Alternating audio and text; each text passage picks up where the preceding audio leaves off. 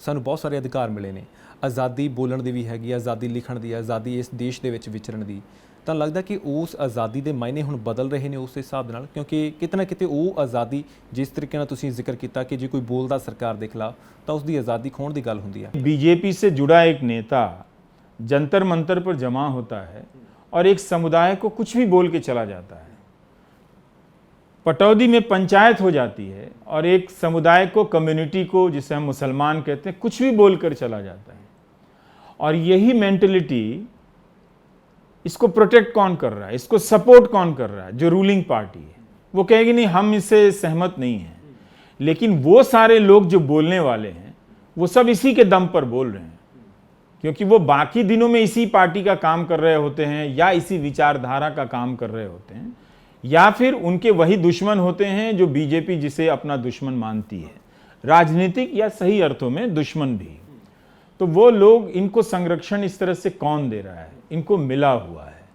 तो ये जो आज़ादी है, इस पर हमला हो रहा है उन संस्थाओं के द्वारा जिनको हमने ये काम दिया था कि आप इस कुर्सी पर बैठो और हम सब जो नीचे मैदान में खेल घूम रहे हैं, इनकी आज़ादी को इंश्योर करो, सुनिश्चित करो। अब पंजाब के किसान आंदोलन करने आते हैं, आप पग देखकर बोलते हो खालिस्तानी है। जिस खित्ते के न जाने कितने लोगों ने सीमाओं पर अपनी जान दी है, इसी देश की सीमा पर नहीं, दूसरे देश की सीमाओं पर भी जान दी है, कनाडा दे अलग अलग सुरक्षा मंत्री बने, हाँ, सब जगह जान दी है। उससे आप, अगर वो किसान को लेकर आंदोलन कर रहा है, एक इकोनॉमिक पॉलिसी को लेकर अगर विरोध कर रहा है, तो खालिस्तानी हो गया। इसके पहले तो आप कह रहे थे कि जय जवान जय किसान। कोरोना के काल दे विच ऑक्सीजन का लंगर लगा रहे थे, वो खालिस्तानी हो गया। तो वो लगा रहे थे। वो गुरुद्वारों, सारे गुरुद्वारों को उन्होंने अस्पताल में बदल दिया। किसी से तो पूछा नहीं, किसी से मांगा नहीं पैसा। जो लोग गुरुद्वारों में पैसे देते हैं, बाकी जो धार्मिक संस्थाएं हैं उनमें कितने पैसों का गबन हो जाता है, लेकर भाग गए होते सारे पैसे।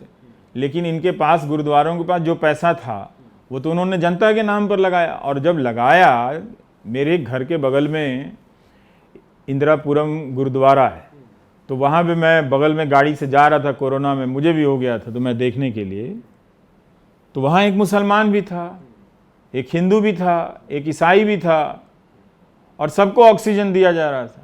तो वो गुरुद्वारा तो अस्पताल बन गया था। जिसके लिए धर्म बना है कि आप इंसान की सेवा करेंगे, गुरुद्वारा वही कर रहा था।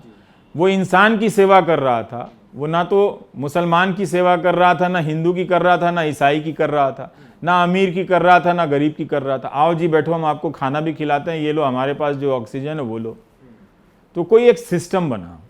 तो ये उनका जवाब था कि अच्छाई में हम यकीन रखेंगे। तो गुरुद्वारों में ये यकीन है, ये उम्मीद है कि हमारे पास जो भी है, 4 रोटियां दूसरों को खिलाने के लिए है, 4 पैसे किसी दूसरे की मदद के लिए है, ये आज़ादी है। कोई आदमी बैठकर एक सपना देख रहा है कि हम डायलिसिस सेंटर ले आएंगे जी, और लंगर की रोटियां बेहतर कर देते हैं, और कुछ दे देते हैं, लोगों के खाने की कमी हो गई है, ये आज़ादी है। इसको भी आपने खालिस्तानी कहा। और इस पर पहचान को लेकर हमले किए गए। जिस तरह से शाहीन बाग के आंदोलन में जो औरतें बैठी थी, हमारे प्रधानमंत्री ने कहा कपड़े देख लीजिए, गृह मंत्री ने कहा बटन ऐसा दबाना कि करंट लग जाए। अब ये आप कल्पना देखिए, अपने नागरिक को, वो सिर्फ आंदोलन कर रहा है और आप कह रहे हैं कि इसको करंट लग जाए, मर जाए।